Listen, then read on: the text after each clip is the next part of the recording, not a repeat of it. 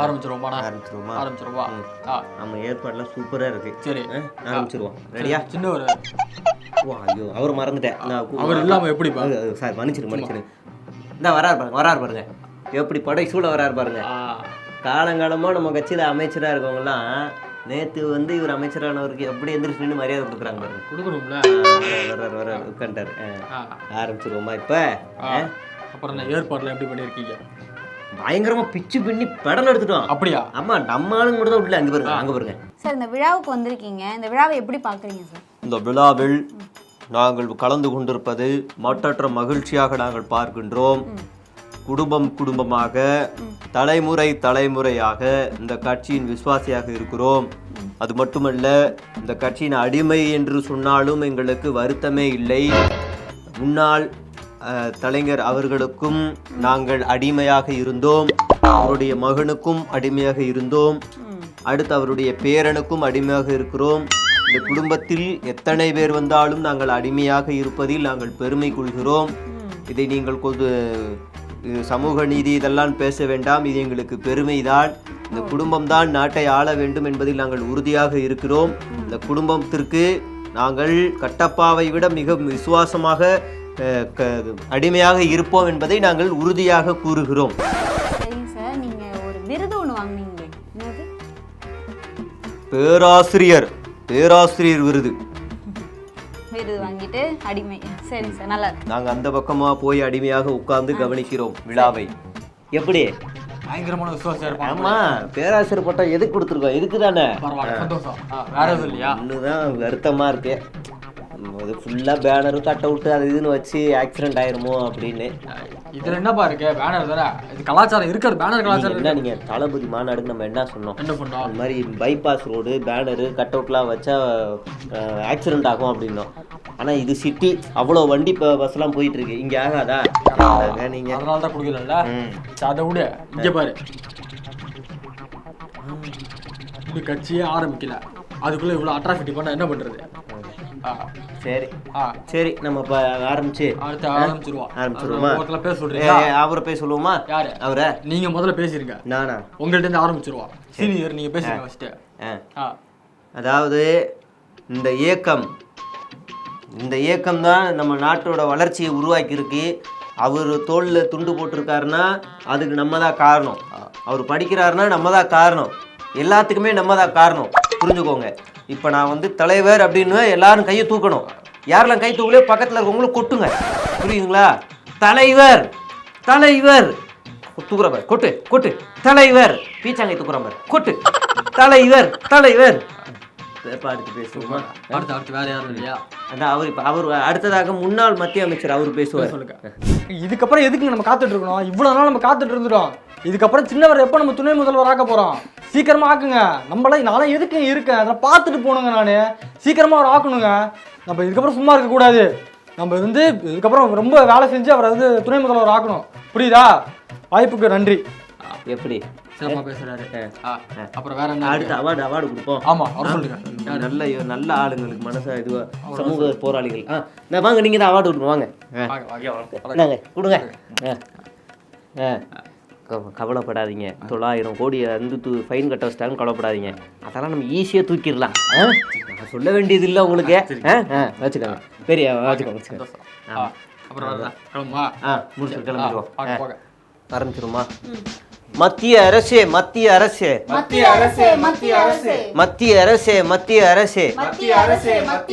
கண்டிக்கின்றோம்.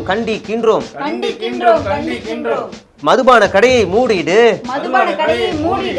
அப்பாவி பெண்களை வஞ்சிக்காதே. ஏழை பெண்களின் தாலியை அறுக்காதே. மத்திய அரசே மதுபான கடையை மூடிடு. மத்திய அரசே சார், வைன் ஷாப்பை மூணுன்னு சொல்லிட்டு போராட்டம் நடத்துறீங்க, நல்ல விஷயம் தான் சார். ஏழை பெண்கள் கஷ்டப்படுறாங்க, அவங்க தாலி அறுவதுங்கிறதுலாம் நல்ல சூப்பர் விஷயம் சார். வாழ்த்துக்கள் சார். ஆனா இதெல்லாம் நீங்க யாரை கண்டித்து போராட்டம் நடத்தணும்? மத்திய அரசே மத்திய அரசே மத்திய அரசு ஏங்க இது வந்து நீங்க மாநில அரசு எதிர்த்து போராட்டம். அது நேத்து வரைக்கும். இன்னையில இருந்து மதுபான கொள்கை வந்து மத்திய அரசை எடுத்து தான் நாங்க போராட்டம் நடத்துவோம்னு எங்க தலைமை சொல்லியிருக்காங்க. மாநில அரசு கண்ட்ரோல்ல தானே வரும், எப்படி மத்திய அரசு? புரிதல் இல்ல தம்பி உங்களுக்கு. அதெல்லாம் இல்ல, எங்களை பொறுத்தளவு மத்திய அரசு கண்ட்ரோல்ல தான் அந்த மதுபான கடைகள்லாம் இயங்குது. அவங்களை எதிர்த்து தான் நாங்க போராட்டம் பண்ணுவோம். சரி சார், நீங்க பண்ணிருக்க பிரச்சனை இல்ல. உங்க தலைவர் சிஎம் சந்திப்புக்கு முன்னாடி என்ன சொன்னாரு? என்ன சொன்னாரு? மதுபான கடையை முழுமையாக ஒழிக்கணும், முழுமையாக இழுத்து மூடணும். சிஎம்க்கே பிடிக்கல, விருப்பம் இல்லைன்னா எதுக்கு அதை நடத்தணும்? இழுத்து மூட வேண்டியதானே? அந்த வருமானம் தேவையா? சொல்லுங்க. இப்படி நான் பேசுறதுனால எங்க கூட்டணிக்கு ஆபத்து வருதா? தாராளமா வரட்டும்.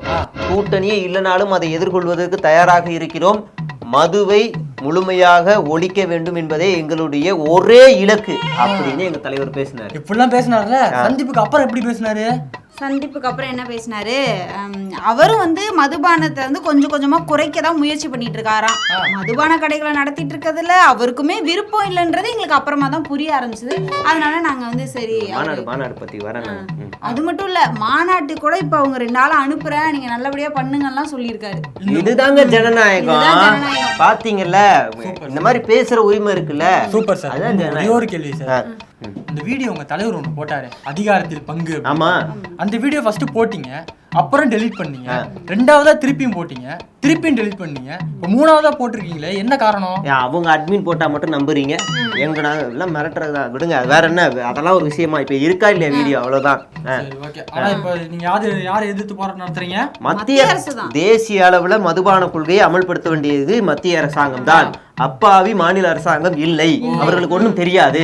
இது வரதெல்லாம் நம்ம மத்திய அரசே மத்திய அரசே இழுத்து மூடு, இழுத்து மூடு, மதுபான கடையை இழுத்து மூடு, மாநில அரசை வஞ்சிக்காத. சார், இப்போ மணிப்பூர்ல இவ்வளவு நாளா கலவரம் நடந்துட்டு இருக்கு. ஆனா இவ்வளவு நாளா ஜி போல. ஆனா அது போகலன்றது எங்க கேள்வி கிடையாது, அதை விட்டுருவோம். இதுக்கப்புறம் அவர் போவாரா? வாய்ப்பு ஏதாவது இருக்கா? அப்படி ஒரு சம்பவம் நடந்தால், ஜி அங்கே போனால் நம்மால் எல்லாருக்கும் ஒரு தகவல் கிடைக்கும். தகவல் வரும், தானா வரும், அவர் போஜா இல்லையா அப்படின்னு. அப்போதான் எனக்கும் தெரியும். Next question. சரிங்க சார், இப்போ நம்ம நாட்டில் நிறைய ஸ்டேட் இருக்கு. எந்த ஸ்டேட்ல எந்த கலவரம் நடந்தாலும், பிரச்சனை நடந்தாலும் உடனே அங்க இருக்கிற ஆட்சியாளர்கள்லாம் வந்து ராஜினாமா பண்ணுங்க, ஆட்சியை கவிழுங்க, அப்படி இப்படின்னு நம்ம வந்து கூச்சல் போடுறோம். ஆனா இந்த பிரச்சனையை இவ்வளோ நாள் கண்டுக்காம இப்படி இருக்கோமே, இதுக்கு எப்பதான் தீர்வு கிடைக்க போகுது? தப்பெல்லாம் தப்பே இல்லை, தப்பெல்லாம் தப்பே இல்லை, தப்பை நீ சரியாய் செய்தால் தப்பில்லை. அதெல்லாம் தப்பு செய்யலாம், தப்பில்லை. அந்த தப்பை நாங்கள் மட்டும் செய்யலாம். நீங்க கேள்வி கேளுங்கோ, விவாதம் வேண்டாம். கேள்வி கேளுங்கோ, அது பேசலாம். சரி, நான் விவாதத்துக்குள்ளே போல கேள்வியை கேட்கிறேன். அடுத்து உங்களோட எதிர்கால இலக்கு என்ன? அச்சா கொஷின். இந்த நாட்டிலே சொந்த வீடு இல்லாதவர்கள் இல்லாமல் இருக்கவே கூடாது. எல்லாருக்கும் சொந்த வீடு இருக்கணும், அதான் எங்களுடைய இலக்கு. வர தேர்தலுக்குள்ளே எல்லாரும் சொந்த வீட்டில் இருக்கணும். எங்க சார், நீங்க தான் சொந்த வீடு இருக்கிறவங்களையே புல்டோசர் வச்சு இடிச்சு இல்லாம. அது வேறேம்மா, அது வேற. இது திட்டம். வர தேர்தலுக்குள்ளே எல்லாருக்கும் வீடு கட்டி தருவோம். அடுத்த தேர்தலுக்கு அடி போடுறீங்க. சரி சார், ஆனா இப்போ ஜியோட வீடு கட்டுற திட்டம் இருக்குல்ல, அதுலயே ஏகப்பட்ட ஊழல் நடக்குது. அதெல்லாம் யாரும் கண்டுக்கிறது இல்ல. ஊழல்? நோ நோ நோ, நை நை நை, கரப்ஷன், நை நை, உச்ச ஃபேக் நியூஸ். இந்த நாட்டிலே ஊழல் துளியும் இல்லை. இல்லையா? இல்லை. சரி இருங்க, நான் கூப்பிடுறேன். சார் நிதின் சார், சார் இங்க வாங்க சார், அவர்கிட்ட கேட்போம் சார். சார், ஊழலே இல்ல அப்படின்னு அமித்ஷி சொல்றாரு, நீங்க என்ன சார் சொல்றீங்க? ஊழல் இல்லையா? நாட்டுல ஊழல் அதிகமா இருக்கு. ஊழல் பேப்பர் வெயிட் மாதிரி அதிகரிச்சிருக்கு. அதிகாரிகள் பேப்பர் வெயிட் வச்சாதான் வேலை செய்யறாங்க. பேப்பர் வெயிட் என்ன? பேப்பர் வெயிட்னா அமௌண்ட் கரெக்ஷன் கேட்கறாங்க. பேப்பர் வெயிட் மாதிரி அமௌண்ட்டை தூக்கி டேபிள் மேல வச்சாதான் வேலை பார்க்குறது, கையெழுத்து போடுது. ஊழல் நிறைய நிறைய கொட்டி கிடக்குங்க. பாத்தீங்களா சார்? இல்லைம்மா, இவர் சொல்றது ஸ்டேட் பாலிடிக்ஸ், ஸ்டேட் கரப்ஷன். நான் சொல்றது சென்ட்ரல் கரப்ஷன். அதுக்கு இதுக்கு வேற. இந்தியா ஃபுல்லே ஊழல் இல்லை, மாநிலத்துக்குள்ளே ஊழல் இருக்கு. இனிமே நீ என்ன பேசினாலும் என்கிட்ட கேட்டு பேசு, அது தேவையில்லாம் பேசாத. நாங்கள் கேட்பது எங்களுடைய உரிமை. ஆட்சி அதிகாரத்திலே பங்கு என்பது எங்களுடைய அடிப்படை உரிமை. அதை நாங்கள் ஆளும் கட்சியை மிரட்டுவதாகவோ அல்லது இந்த எதிர்க்கட்சிகள் கூட்டணியை சாதகமாக பயன்படுத்தி கொண்டு எங்களை பிரிக்க நினைப்பதாகவோ நீங்கள் எடுத்துக்கொள்ளக்கூடாது. இது எங்களுடைய உரிமை. ஆட்சி அதிகாரத்திலே பங்கு வேண்டும் அல்லது எங்களுக்கு டெபுட்டி சிஎம் வேண்டும் என்பதுதான் எங்களுடைய இலக்கு. ஆட்சி அதிகாரத்தில் பங்கு கொடுங்கள், அப்புறம் பாருங்கள் எங்களுடைய மாற்றத்தை. தம்பி, மருத்துவர் என்ற மட்டில் நான் என்ன சொல்றேன்னா, இப்ப பேசிட்டு போறாரே, அவரை பார்த்தாலே எனக்கு ரொம்ப கஷ்டமா தான் இருக்கு. எதுக்காக, பதவிக்காக, எதற்காக இப்படி இவ்வளவு கஷ்டப்பட வேண்டும்? எங்க கூட கூட்டணிக்கு வந்துடுங்க. எங்க கூட கூட்டணிக்கு வந்துட்டீங்கன்னா உங்களுக்கு எல்லாம் நீங்க கேட்கிற பதவி உங்களுக்கு கிடைக்கும். இப்ப பாத்துக்கிட்டீங்கன்னா மத்திய ஆட்சியை பாத்தீங்களா, மத்திய அரசாங்கம் என்ன பண்ணாங்க? அவர் அந்த நிதிஷ்க்கும் அப்புறம் அந்த சந்திராவுக்கும் என்ன பண்ணாங்க? அவங்க கேட்டதெல்லாம் கொடுத்தாங்களா இல்லையா? அந்த மாதிரி எங்க கூட கூட்டணிக்கு வந்துட்டீங்கன்னா நீங்க கேட்ட பதவி எல்லாமே கிடைக்கும் தம்பி. இவங்க பேசிட்டு போறாங்களே, இந்த அம்மா பேசுறதெல்லாம் நம்பாதீங்க. இது இவங்க தான் ஆட்சி அதிகாரம் கொடுத்த மாதிரி பேசுறாங்க. இதுக்கு முன்னாடி மத்தியில நம்ம கை கட்சி இருந்தது, அவங்க கொடுக்கலையா? நம்ம கொடுக்கலையா? நம்ம கட்சியில இருந்து மத்தியில வந்து அந்த அமைச்சரா இல்லையா? இது இவங்க தான் கொடுத்த மாதிரி பேசுறாங்க. இதெல்லாம் நம்பாதீங்க, புரியுதா? மத்தியில வேணா அது சாத்தியம், மாநிலத்துல அது சாத்தியம் கிடையாது. சும்மா ஏதாவது பேசுறது. அதாவதுப்பா, நம்ம தமிழ்நாடை பொறுத்த அளவுக்கு 2 கட்சி தான், 2 திராவிட கட்சி தான். இல்லை யார் ஆட்சிக்கு வந்தாலும் அதில் இருக்கிற கூட்டணி கட்சி வந்து கூட்டணி கட்சியாக மட்டும் இருங்க. இந்த ஆட்சி அதிகாரத்தில் வந்து பங்குலாம் கேட்காதீங்க. அப்படி கேட்டாலும் நாங்கள் தரமாட்டோம், அது அடுத்த விஷயம். இப்போ அவங்க கொடுத்துட்டாங்கன்னு வச்சுங்களேன், நீங்கள் கேட்டு கொடுத்துட்டாங்கன்னா நாளைக்கு எங்கள்கிட்டயும் வந்து கேட்பீங்க நீங்கள். அதுக்கு நாங்கள் வந்து இடம் தரக்கூடாதுல்ல. அதனால இதெல்லாம் கேட்காதீங்க. அப்படியே அவங்க கொடுத்தாலும் நாங்கள் கொடுக்க மாட்டோம், அது அடுத்த விஷயம். அதனால இதெல்லாம் பண்ணாதீங்க, புரியுதா? இந்த 4 கட்சி நம்பாதீங்க. இந்த திராவிட கட்சி, இந்த மத்திய கட்சி, யாரையும் நம்பாதீங்க. அண்ணனுக்கு ஒரு வாய்ப்புங்க, ஒரே ஒரு வாய்ப்பு. எனக்கு ஓட்டு போடு, எனக்கு ஒரு ஓட்டு போடு. போட்ட அடுத்த நொடி இந்த இலங்கை பிரச்சனை மறுநாள் தீர்த்து விட்டுறேன். இந்த முல்லை பெரியார் பிரச்சனை அடுத்த நாள் தீர்த்து விட்டுறேன். 3ஆவது நாள் காவேரி முடிச்சு விட்டுறேன். நீட்டு அன்னைக்கு சாயங்காலம் முடிச்சு விட்டுறேன். அப்புறம் வேற என்ன, மதுபான கடை அன்னைக்கு நான் ராத்திரி எழுத்து விடு. ஏன் ஒரு வாய்ப்பு கொடு, ஒரு வாய்ப்பு நீ கொடுப்ப. நான் நம்பிக்கிட்டே இருக்கேன், உன்னையே தான் நம்புறேன். கொடுப்பேன், நீ கொடுப்பேன்.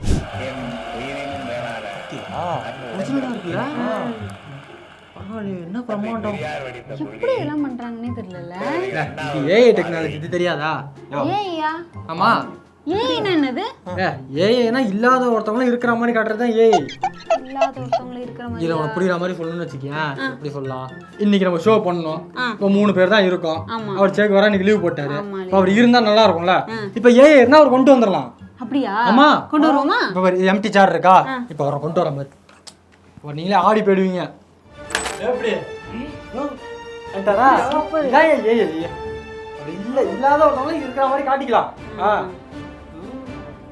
பாரு, அது நம்ம பேசும்போது தமிழர்களே, தம்பி யோகேஷை தூக்கி நீங்கள் எடிட்டர் டெஸ்கிலே போட்டாலும் அவன் எடிட்டர் போலவே பீத்தி கொள்வான். அங்கிருந்து அவனை குளத்திலே நீங்கள் தூக்கி எறிந்தாலும் மட்டையாகவே மிதப்பான். குடி போதை அல்ல, அவன் பாதை சரியாக இருக்கிறது. அவன் பாதையை நோக்கி சென்று கொண்டிருக்கின்றான். வாழ்க தம்பி யோகேஷ். அடுத்ததாக தம்பி காந்தி. காந்தி என்றால் உழைப்பு, உழைப்பு, உழைப்பு, அர்ப்பணிப்பு, அப்புறம் சமூக பாதுகாப்பு. இந்த பூ எல்லாமே அவருக்கு தான் சொந்தம். வாழ்க தம்பி காந்தி. இவனுக்கு ஏத்த மாதிரி கோடிங் மாத்தி வச்சிருப்பான். சேகுவாரா, யோகேஷ், காந்தி என்று சொன்னால் உதடுகள் ஒட்டாது. சுபஸ்ரீ என்று சொன்னால் உதடுகள் ஒட்டும். வாழ்க தங்கச்சி யோகி சுபஸ்ரீ. எனக்கே தெரியாத ஒரு விஷயத்துக்கு அதான் ஏஐ. எப்படி இதுதான் ஏஐ? இதெல்லாம் சும்மா ஏஐலாம் இருந்தா என்ன வேணாலும் பண்ணலாமாப்ல. சூப்பரா ஏஐலாம் வந்ததுல நமக்கு பெருமைடா. என்ன மாதிரி வளர்ச்சி அடைஞ்சிருக்கோம் நம்ம. ஆனா நீ தான் இதை பெருமையா பேசிக்கிற. ஆனா எனக்கு ஒரு விஷயம் நல்லா புரியுது. என்னது? இந்த ஏஐனால ஃபியூச்சர்ல நிறைய பேர் வேலை இல்லாத சூழ்நிலைக்கு தள்ளப்பட போறோம். ஏற்கனவே இப்ப படிச்ச படிப்புக்கு வேலை இல்ல, சரியான வேலை இல்ல, அப்படி இப்படின்னு சொல்லிட்டு இளைஞர்கள் நிறைய பேர் நம்ம சுத்திட்டு இருக்கோம். இதுல வேற ஏஐ வந்து நம்ம வேலையும் சேர்த்து அது பார்த்துருச்சுன்னா நமக்கு எப்படி வேலை கிடைக்கும்? இப்போ கூட ஐடி கம்பெனில நிறைய பேர் சொல்லாம கொள்ளாம திடீர்னு லே ஆஃப் பண்றாங்க. இப்படியே கூட்டமா திடீர்னு ஒரு 4000 பேர், 5000 பேர், 10000 பேர். அது எல்லாத்துக்கும் இந்த ஏஐ தான் காரணம். ஃபியூச்சர்லயும் நம்ம நலம் தான். இதனால அதோகதி தான். ஏஐ வளர்ச்சியா இருந்தாலும் ஆபத்து தான். நமக்கு ஆபத்து, மனிதர்களுக்கு ஆபத்து.